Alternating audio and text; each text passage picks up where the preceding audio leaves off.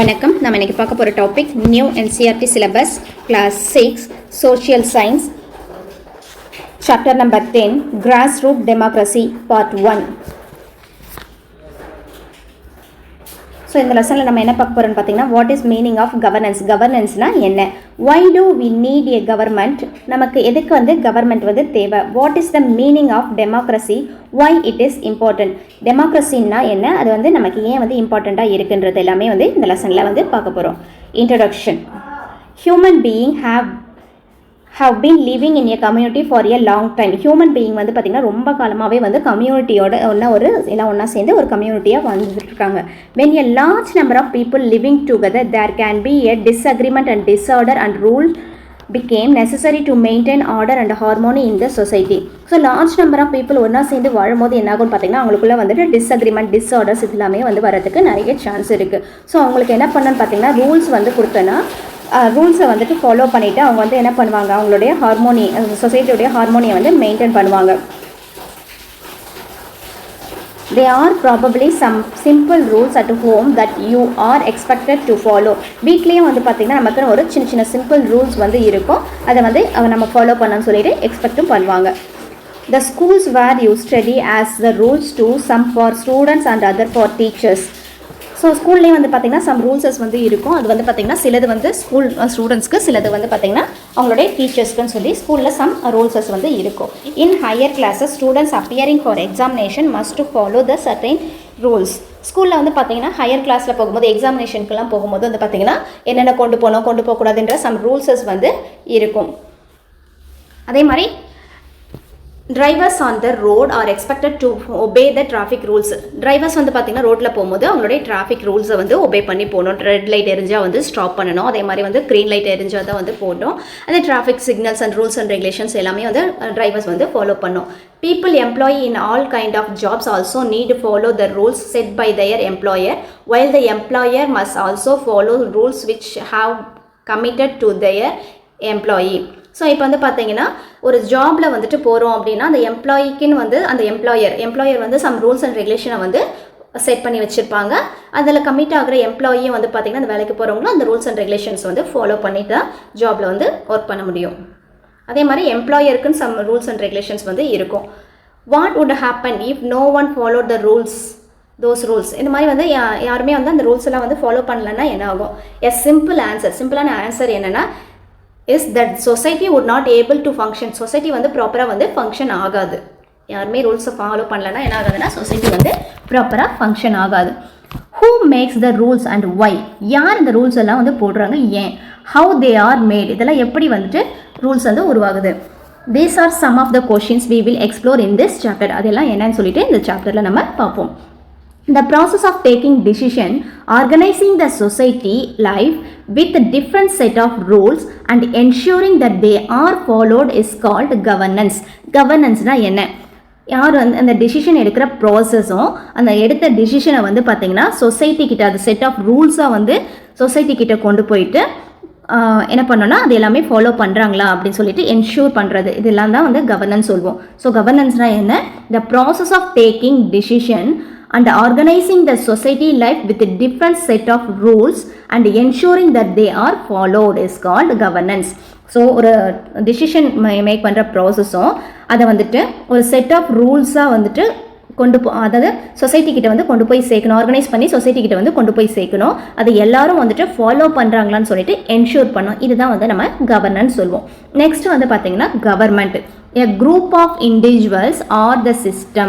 Group of individual or the system that makes the rules and ensure that they are followed. இந்த group of individual இல்லை சிஸ்டமோ என்ன பண்ணணும்னு பார்த்தீங்கன்னா some ரூல்ஸை make பண்ணுவாங்க. அந்த மேக் பண்ண ரூல்ஸை எல்லாரும் ஃபாலோ பண்ணுறாங்களான்னு என்ஷூர் பண்ணுறது தான் நம்ம என்ன சொல்வோம்னா கவர்மெண்ட்னு சொல்லுவோம். Some of the more important rules are called laws. அதில் ரொம்ப இம்பார்ட்டன்ட் ரூலை நம்ம என்ன சொல்வோம்னு பார்த்தீங்கன்னா லாஸ்ன்னு சொல்லுவோம். ஸோ கவர்னன்ஸ்னால் என்ன, கவர்மெண்ட்னா என்ன, லாஸ்னால் என்னன்னு சொல்லிட்டு இல்லை நமக்கு அண்டர்ஸ்டாண்ட் ஆகுது. You does not means that the rules and laws are set once for all. இப்போ பார்த்தீங்கன்னா ஒரு ரூல்ஸ் அண்ட் ரெகுலேஷன் லாஸ் வந்து போட்டுட்டாங்கன்னா அது எல்லாரும் அப்படியே ஸ்ட்ரிக்டாக ஃபாலோ பண்ணணுன்றது கிடையாது. நமக்கு சப்போஸ் அந்த ரூல்ஸ் அண்ட் ரெகுலேஷன்ஸில் ஏதாவது ஒரு டிஸ்அக்ரிமெண்ட் இருக்குது, இதை ஃபாலோ பண்ண முடியாது அப்படின்னா நம்ம வந்துட்டு என்ன பண்ணலாம், அதை வந்து நம்ம ஹையரார்கிட்ட வந்து பேசிட்டு நம்ம வந்துட்டு அதை வந்து சேஞ்ச் பண்ணலாம், இல்லைனா ரிமூவும் பண்ணிக்கலாம். Just as you might discuss a particular rules at home with your parent. இப்போ வீட்டில் உங்களுக்கு ஏதாவது ஒரு ரூல்ஸ் பிடிக்கலன்னா அதை வந்து உங்கள் பேரண்ட் கிட்ட வந்து போயிட்டு டிஸ்கஸ் பண்ணலாம். R the student body May ask the school or university management. அதுவே ஸ்கூலில் வந்துட்டு ஸ்டூடெண்ட்டாக இருந்தீங்கன்னா உங்களுக்கு ஏதாவது ரூல்ஸ் ஸ்கூலில் போடுற ரூல்ஸ் வந்து பிடிக்கல அப்படின்னா உங்களுடைய ஸ்கூல்லையோ இல்லைனா வந்துட்டு காலேஜ் ஸ்டூடெண்ட்டாக இருந்தால் யூனிவர்சிட்டி மேனேஜ்மெண்ட் கிட்டேயோ வந்து போயிட்டு பேசி அதை வந்து சேஞ்ச் பண்ண அந்த ரூல்ஸை வந்து சேஞ்ச் பண்ண சொல்லி கேட்கலாம். Citizens also have say in the law and rules in governing the society. இதே மாதிரி சிட்டிசனாக இருந்தாங்கன்னா அவங்களுடைய ரூல்ஸ் எதுவும் பிடிக்கலன்னா அவங்க வந்துட்டு பார்த்திங்கன்னா சொசைட்டி கிட்ட சொல்லி அதை ஏதாவது சேஞ்ச் பண்ண வந்து ட்ரை பண்ணலாம். we will see how this takes place. இது எல்லாமே வந்து எப்படி வந்து ஒர்க் ஆகுது சொல்லிட்டு நம்ம வந்து லெசனில் பார்ப்போம். ஸோ இந்த பிக்சரில் பாருங்கள், இங்கே வந்து டிராஃபிக் ரூல்ஸ் வந்து சிக்னல்ஸ்லாம் இருக்குது. பீப்புள்ஸ் அதை வந்து ஒபே பண்ணி போகிறதுனால ரோடு வந்து ரொம்ப கிளியராகவும் நீட்டாகவும் வந்து போயிட்டு இருக்காங்க எல்லோரும். அதுவே வந்துட்டு டிராஃபிக் ரூல்ஸ் அண்ட் ரெகுலேஷன்ஸ் யாரும் ஃபாலோ பண்ணல, ரூல்ஸ் எதுவுமே இல்லைன்னா இந்த மாதிரி தான் வந்து கிளம்ஸியாக வந்து இருக்கும். அதனால வந்து பார்த்திங்கன்னா மெஷியாக இருக்கிறதுனால வந்துட்டு நிறைய ஆக்சிடென்ட் வரதுக்கும் சான்சஸ் வந்து ரொம்ப அதிகம். அதனால தான் வந்துட்டு ரூல்ஸ் அண்ட் ரெகுலேஷன்ஸ் வந்து இருக்கணும், நம்ம எல்லாருமே அதை வந்து ப்ராப்பராக ஃபாலோ பண்ணணும். Next 3 organs of the government. All over the world, the digital technologies have been transforming the way of society function. இப்போ வந்து பார்த்திங்கன்னா நம்மளுடைய சொசைட்டி எல்லாமே வந்து எப்படி இருக்குன்னா ரொம்ப டிஜிட்டலைஸாக இருக்குது. நமக்கு எது தேவைனாலும் வந்து பார்த்திங்கன்னா இன்ஸ்டண்ட்டாக வந்து டிஜிட்டல் மூலயமாவே மணி வேணும்னா மணியோ இல்லைனா வந்துட்டு நம்மளுடைய இன்ஃபர்மேஷன்ஸ் எல்லாமே வந்துட்டு த்ரூ ஆன்லைன் மூலமாகவே நம்ம வந்து ஷேர் பண்ணுறோம். In India, till about 30 years ago, people who wanted to transferring the money to the distant relative would have to queue up at the post office to send a money order after filling a form. So 30 years agoலாம் வந்து பார்த்தீங்கன்னா people வந்து ஒரு அவங்களுடைய distance ரிலேட்டிவ்க்கு வந்துட்டு மணியை transfer பண்ணணும்னா என்ன பண்ணும், போஸ்ட் ஆஃபீஸ்க்கு போயிட்டு ஒரு லாங் க்யூவில் நின்று மணி ஆர்டர் ஃபார்மை வந்து ஃபில் பண்ணி தான் வந்து மணியை சென்ட் பண்ண முடியும். Or if they had to send a payment to their some business, they would queue up at their bank to obtain the demand draft which would be have choose to be sent by the post. இப்போ வந்து பார்த்தீங்கன்னா அதுவே வந்துட்டு ஒரு பிஸ்னஸ்க்காக ஒருத்தவங்களுக்கு மணியை send பண்ணனா அவங்களுடைய பேங்க்குக்கு போயிட்டு லாங் க்யூவில் நின்று டிமாண்ட் டிராஃப்ட் டிடி வந்து ஃபில் பண்ணி அவங்க அதுக்கப்புறம் வந்து தான் என்ன பண்ண முடியும்னா மணியை வந்துட்டு அந்த பிஸ்னஸ் பர்சனுக்கு வந்து ட்ரான்ஸ்ஃபர் பண்ண முடியும். You have probably never heard this term money order and demand draft. இப்போ வந்து பார்த்தீங்கன்னா உங்களுக்கு அந்த அளவுக்கு இந்த மணி ஆர்டர்ன்றதோ டிமாண்ட் டிராஃப்ட்ன்றதோ நீங்கள் வந்து கேள்விப்பட்டிருக்க மாட்டீங்க. Because today we have the digital means of sending across the money instantly. இப்போ வந்து நம்ம என்ன பண்ணுறோன்னா டிஜிட்டலாகவே வந்து நம்மளுடைய மணியை வந்துட்டு எல்லாருக்கும் வந்து சென்ட் பண்ணுறோம் த்ரூ த கூகுள் பே இல்லைனா வந்து பார்த்தீங்கன்னா ஆன்லைன் டிரான்சாக்ஷன் மூலமாக வந்துட்டு ஜிபே அந்த மாதிரி சொல்லிட்டு நம்ம எல்லாருமே வந்து மணியை டிஜிட்டலாகவே வந்து ட்ரான்ஸ்ஃபர் பண்ணிகிட்ருக்கோம். However this is also create a new class of criminals. So இதுவுமே வந்து பார்த்திங்கன்னா ஒரு நியூ கிளாஸ் ஆஃப் கிரிமினல்ஸை வந்து உருவாக்குது. என்னென்னு பார்த்தீங்கன்னா who without leaving their desk find the digital way of stealing people's money. So ஒரு குரூப் ஆஃப் பீப்புள் வந்து கிரிமினல்ஸ் வந்து இருக்காங்க. அவங்க என்ன பண்ணுறாங்கன்னா அவங்களுடைய டெஸ்க்லேருந்து உட்காந்த இடத்துலேருந்தே வந்து நகராமல் டிஜிட்டல் வேல வந்துட்டு என்ன பண்ணுறாங்கன்னா அவங்கள பீப்புள்ஸோடைய மணி வந்து ஸ்டீல் பண்ணிகிட்டு இருக்காங்க, திருடிட்டு வந்து இருக்காங்க. அவங்கள நம்ம என்ன சொல்லுவோம்னு பார்த்தீங்கன்னா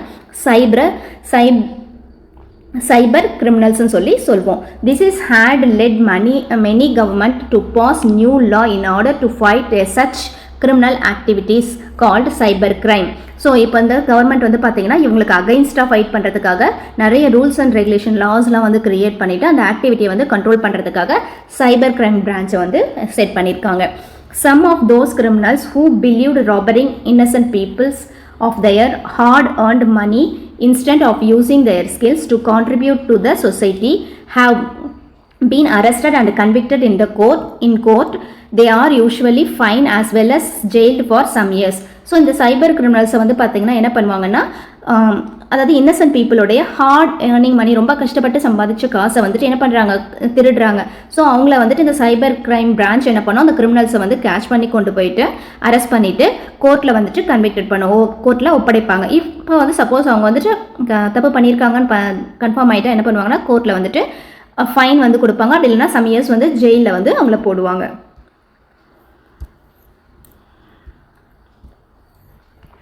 Through this example, we can see how the three branches and organs of the government work together. So இந்த எக்ஸாம்பிள் மூலமாக வந்துட்டு எப்படி வந்து இந்த ஆர்கன்ஸ் ஆஃப் த பிரான்ச்சஸ் எல்லாமே வந்து ஒர்க் ஆகுது, அது எப்படி எல்லாம் ஒன்றா சேர்ந்து ஒர்க் பண்ணுறாங்கன்றதை நம்ம வந்து அண்டர்ஸ்டாண்ட் பண்ணிக்கிட்டோம். The legislative is the organ that makes new laws. Sometimes it is also update or remove existing laws. This is done by an assembly of the representative of the people. We will soon see how the Indian system works. இப்போ லெஜிஸ்லேட்டிவ்னா என்னன்னு பார்த்தீங்கன்னா, அதாவது இது வந்து new லாவை வந்து இவங்க வந்து என்ன பண்ணுவாங்கன்னா மேக் பண்ணுவாங்க, இல்லைனா வந்து ஆல்ரெடி இருக்கிற லாஸை வந்து அப்டேட்டோ இல்லைனா ரிமூவோ பண்ணுறவங்க இவங்க என்ன பண்ணுவாங்கன்னு பார்த்தீங்கன்னா, இதெல்லாம் யார் வந்து பண்ணுவாங்கன்னா, this is done by the assembly of the representative of the people. நம்ம வந்து பீப்புள் எல்லாம் சேர்ந்து என்ன பண்ணுவோம், அசம்பிளிக்கு ஒரு எம்எல்ஏ எம்பியை வந்துட்டு அமைச்சிருப்போம்ல, அவங்க தான் வந்துட்டு இந்த மாதிரி ரூல்ஸ் அண்ட் ரெகுலேஷன்ஸ்லாம் வந்து வேணும் வேணான்னு சொல்லிட்டு புது ரூல்ஸை வந்து மேக் பண்ணுவாங்க, இல்லைனா வந்துட்டு ஆல்ரெடி இருக்கிற ரூல்ஸை வந்து அப்டேட்டோ இல்லைனா வந்து பார்த்தீங்கன்னா ரிமூவோ பண்ணுறவங்க அவங்கள தான் வந்து லெஜிஸ்லேட்டிவ்னு சொல்லுவோம். எக்ஸிக்யூட்டிவ்னு யாரை சொல்வோம்னு பார்த்தீங்கன்னா, the executive is the organ that implement the law. யார் வந்து அந்த லாவை வந்து இம்ப்ளிமெண்ட் பண்ணுறாங்களோ அவங்கள தான் வந்துட்டு நம்ம வந்து எக்ஸிக்யூட்டிவ்னு சொல்லுவோம். அதை எக்ஸிக்யூட் பண்ணி கொண்டு போகிறவங்க. இது யாருன்னு பார்த்தீங்கன்னா, this include the head of the state to who may be a president, prime minister or a chief minister. So executive யாராக இருப்பாங்கன்னு பார்த்தீங்கன்னா, பிரசிடென்ட்டோ பிரைம் மினிஸ்டரோ இல்லை சீஃப் மினிஸ்டரோ இவங்க எல்லாம் தான் வந்துட்டு எக்ஸிக்யூட்டிவ்னு சொல்கிறோம். And the minister and any agency responsible for enforcing the law and order. So அது இல்லாமல் வந்துட்டு அவங்களுக்கு கீழே இருக்க மினிஸ்டர், அந்த ஏஜென்சி யார் வந்துட்டு அதை எடுத்துகிட்டு போகிறாங்களோ. இப்போ வந்து பார்த்தீங்கன்னா நம்மளுடைய கண்ட்ரியில் வந்து இருக்கிற க்ரைம் எல்லாம் இது பண்ணுறதுக்கு க்ரைம் பிரான்ச் இருக்கும், அது எல்லாமே என்ன பண்ணுவாங்க, அவங்க தான் வந்து எக்ஸிக்யூட் பண்ணி கொண்டு போகிறாங்க யார் தப்பு பண்ணாங்கன்னு லாவை வந்து மேக் பண்ணி கொடுக்குறவங்க லெஜிஸ்லேட்டிவ்னு சொல்கிறோம். எக்ஸிக்யூட்டிவ்னா அந்த சீஃப் மினிஸ்டர் இவங்க எல்லாமே அந்த லாவை வந்து எக்ஸிக்யூட் பண்ணிவிட்டு அவங்களுக்கு கீழே இருக்க மினிஸ்டர்ஸ் அந்த ஆஃபீஸர்ஸ் எல்லாமே வந்து அதை எக்ஸிக்யூட் பண்ணி என்ன நடக்குதுன்னு சொல்லிட்டு ப்ராப்பராக சொசைட்டி கிட்ட கொண்டு போய் சேர்க்குறாங்க, அவங்க தான் வந்துட்டு எக்ஸிக்யூட்டிவ்னு சொல்கிறோம். நெக்ஸ்ட் வந்து பார்த்திங்கன்னா ஜுடிஷரின்னு நம்ம எதை சொல்கிறோன்னு பார்த்தீங்கன்னா, judiciary is the system of the court which decide whatever someone has broken the law, and if so what course of the action should be taken, include the punishment is necessary. Sometimes it is also examined whether the decision taken by the executive is right or whether a law passed by the legislative is well convinced and fair to all. So இப்போ இந்த ஜுடிஷரினா என்னென்னா, இந்த கோர்ட்டில் இருக்கவங்க எல்லாருமே வந்து judge இவங்க எல்லாமே நம்ம என்ன சொல்லுவோம்னா ஜுடிஷரின்னு சொல்லுவோம். ஸோ இவங்க என்ன பண்ணுவாங்கன்னா, யார் இந்த லாஸ்லாம் வந்து பிரேக் பண்ணுறாங்க, தப்பு பண்ணுறாங்க அப்படின்னு சொல்லிட்டு அவங்கள வந்துட்டு பனிஷ் பண்ணுறதுக்கோ இல்லைனா வந்துட்டு தேவைன்னா வந்து பனிஷ் பண்ணுவாங்க. நெக்ஸ்ட் வந்து பார்த்திங்கன்னா, இந்த எக்ஸிக்யூட்டிவ் லெஜிஸ்லேட்டிவ் எடுத்த லாலாம் வந்துட்டு கரெக்டாக இருக்கா, அது வந்து எல்லாருக்கும் அப்ளிகபிளாக இருக்கா அப்படின்னு சொல்லிட்டு அதில் எல்லோரும் ஃபேராக இந்த லாவில் எல்லாமே ஃபேராக நடக்கா அப்படின்னு சொல்லிட்டு வந்து பார்க்குறவங்க தான் வந்து ஜுடிஷரி, அதாவது ஜட்ஜு, அது உங்களுக்கு கீழே இருக்க லாயர்ஸ் எல்லாமே வந்து ஜுடிஷரியில் வந்து வருவாங்க. சப்போஸ் இது வந்து கரெக்டாக இல்லை, அவங்க எடுத்து எல்லாருக்கும் அப்ளிகபிளாக இல்லைன்னா அந்த லாவே வந்து இவங்க பிரேக் பண்ணி வேணான்னு எடுத்துருவாங்க. In a good system of the governance, there are three organs must be kept separate altogether. They interact with each other and work together.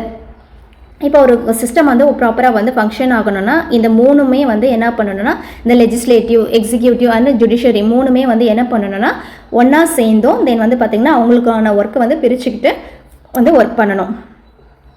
அவங்களோட ஒருத்தர் என்ன பண்ணணும்னா இன்ட்ராக்ட் ஆகணும். இப்போ வந்து இந்த லா வந்திருக்கு, இவங்க வந்து இந்த மாதிரி தப்பு பண்ணியிருக்காங்கன்னு சொல்லிட்டு ஒருத்தர் இன்ட்ராக்ட் பண்ணி, சப்போஸ் ஒருத்தவங்க வந்து ஹெல்மெட் போடாமல் போகிறாங்க, இல்லைனா வந்துட்டு அவங்க பைக்கோட இன்சூரன்ஸ், வண்டியோட இன்சூரன்ஸ் எதுவும் இல்லாத போகிறாங்கன்னா அதை வந்து என்ன பண்ணுவாங்க, டிராஃபிக்கில் இருக்க போலீஸ் வந்து அவங்கள பிடிச்சிட்டு என்ன பண்ணுவாங்கன்னு பார்த்தீங்கன்னா கோர்ட்டுக்கு வந்து அவங்கள வந்து ஃபைன் கட்ட சொல்லி அனுப்புவாங்க. இந்த மாதிரிலாம் இருக்கணும் அப்படின்ற ரூல்ஸை வந்து யார் போடுறாங்கன்னு பார்த்தீங்கன்னா அதாவது வந்து எக்ஸிக்யூட்டிவில் இருக்கவங்க போடுவாங்க. ஸோ இது எல்லாமே ஒன்றா சேர்ந்து அவங்களுக்குள்ளே இன்ட்ராக்ட் பண்ணிவிட்டு ஒர்க் பண்ணணும். ஸோ இதுதான் வந்து பார்த்திங்கன்னா என்ன சொல்கிறோன்னா செப்பரேஷன் சொல்கிறோம். Separation of the power. This separations is called separation of the power. அவங்களுக்கான பவரை வந்து செப்பரேட் பண்ணி எடுத்துகிட்டு இன்ட்ராக்ட் பண்ணி ஒர்க் பண்ணுறாங்க. It is the intended to provide a system check and balance. இது எல்லாமே ஒழுங்காக நடக்குதான்னு சொல்லி செக் பண்ணி அதை பேலன்ஸ் பண்ணி கொண்டு போகணும். This means that the each organ of the government can check what the other is doing and restore the balance if the organ act beyond the expected role.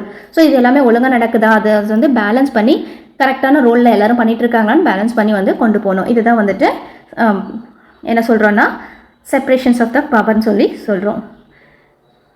So 3 levels of கவர்மெண்ட்டை வந்துட்டு நம்ம next பார்ட்டில் பார்க்கலாம். இந்த part உங்களுக்கு பிடிச்சிருந்தாலும் like பண்ணுங்கள், comment பண்ணுங்கள், உங்கள் ஃப்ரெண்ட்ஸோடு வந்து ஷேர் பண்ணுங்கள், சப்ஸ்கிரைப் பண்ணுங்கள். தேங்க்யூ.